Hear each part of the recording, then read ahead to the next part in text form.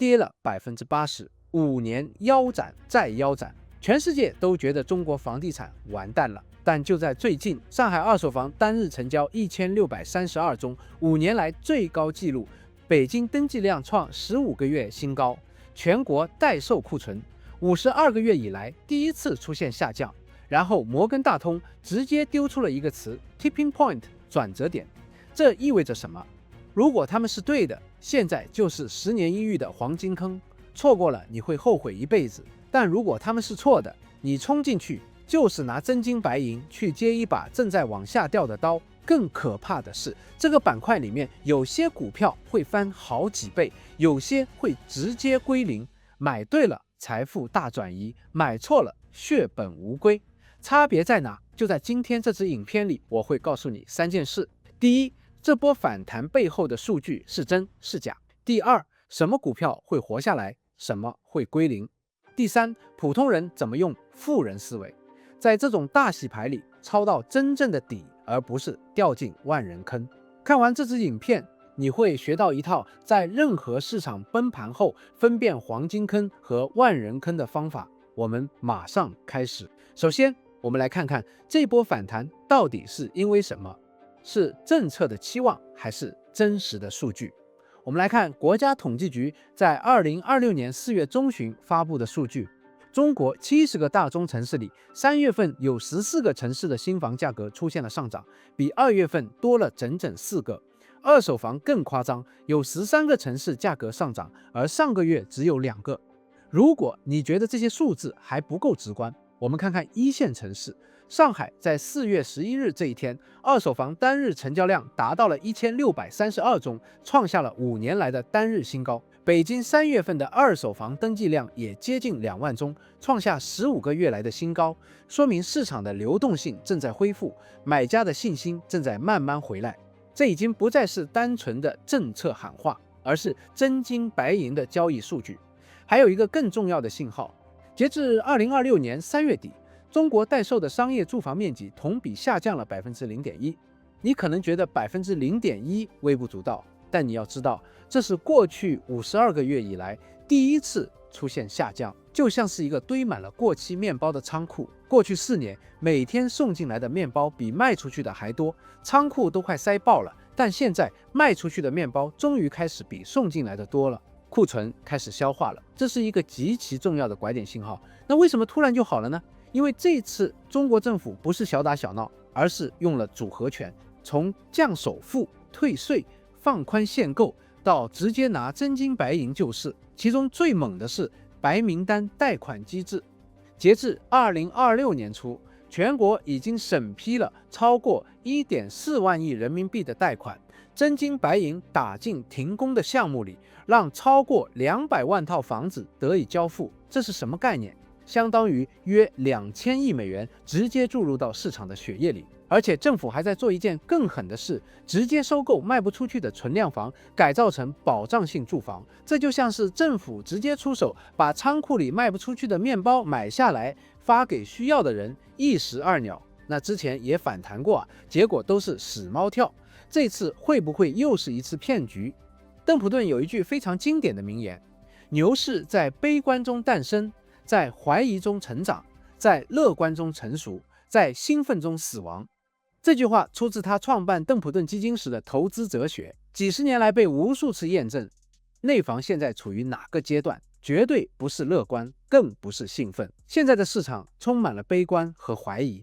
你看市場上的觀點現在是極度撕裂的，多頭的理由很充分。就像我們剛才說的，一線城市成交量回升，這是實際數據，不是政策期望。而且不止摩根大通、高盛等外資機構也在近期開始上調中國地產股的評級，這代表聰明錢的風向變了。但空頭的理由同樣嚇人，他們會告訴你2、3線城市的房價還在跌，根本賣不出去。他們會告訴你中國的人口結構已經見頂，年輕人不結婚不生小孩，以後誰來買房？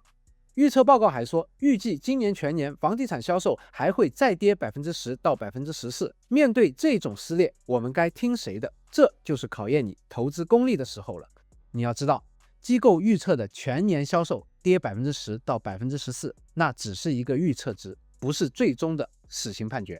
我們需要逐個季度去跟蹤實際數據。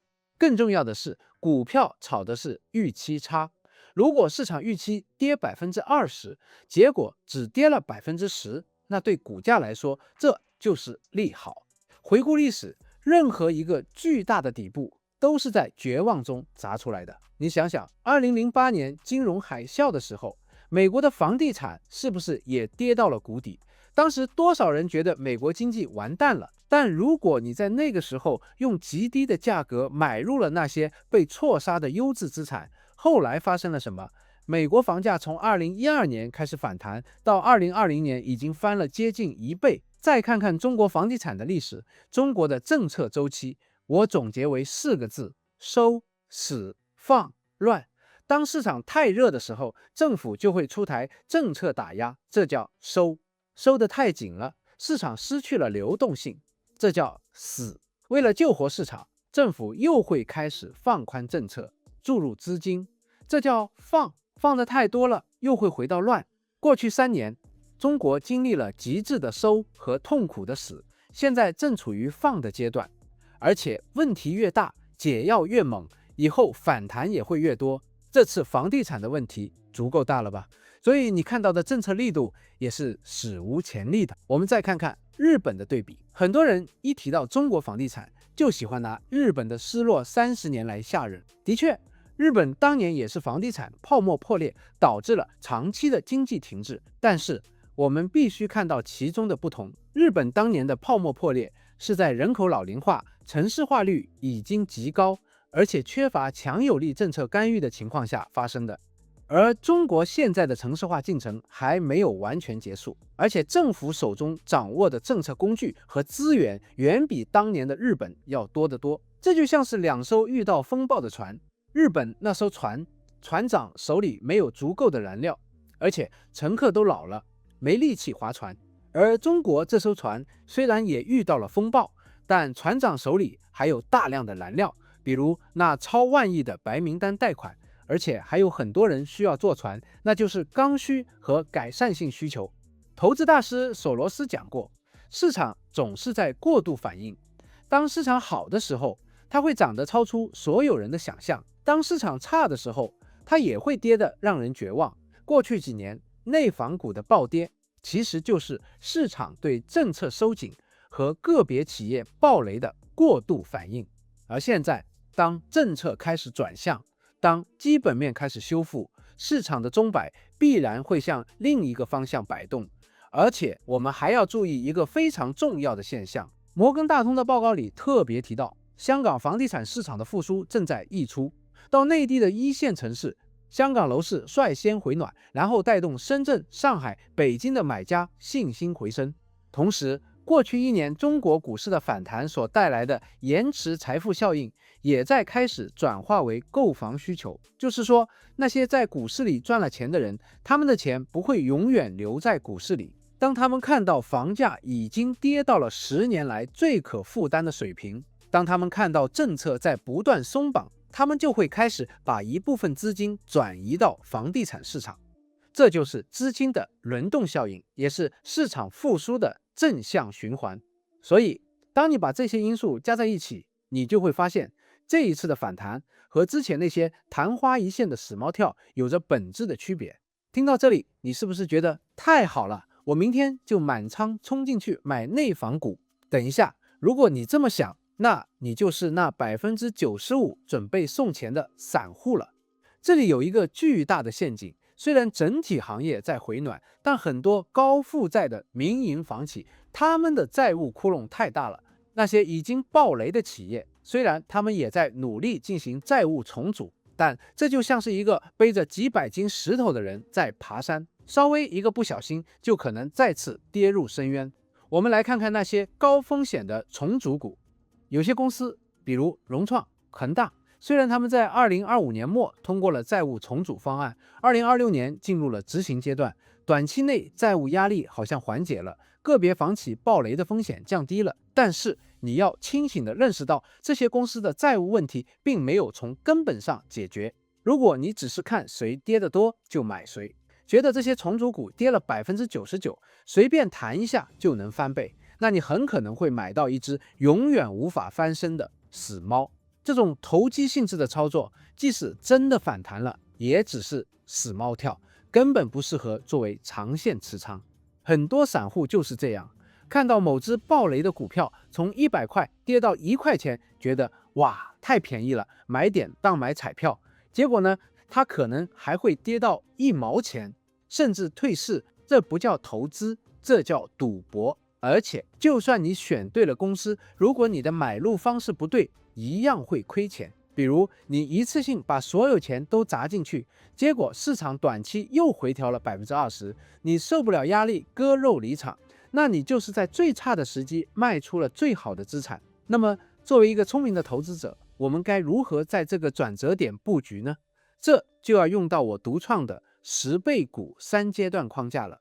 簡單來說，一隻真正的10倍股，它的生命週期會經歷3個階段。第一階段被市場錯殺或者看漏，第二階段被驗證，第三階段被吹捧、被講故事。在第一階段，因為負面消息、市場誤解或者商業模式不被理解，股價被嚴重低估，這是最有價值的買入時機，但也是最需要勇氣和研究能力的時候。到了第二階段，業務和盈利能力開始被市場認可，股價穩步上升。而第三階段就是散戶蜂擁而入，媒體瘋狂報道的時候，漲得最快最猛，但也是聰明錢。開始離場的時候，現在的內房股裡有些優質的國企、央企、地產公司正處於第一階段向第二階段過渡的位置。他們被整個行業的負面情緒所拖累，股價遠低於其真實價值。但隨着政策效果逐步顯現，這些公司的業績將會率先修復。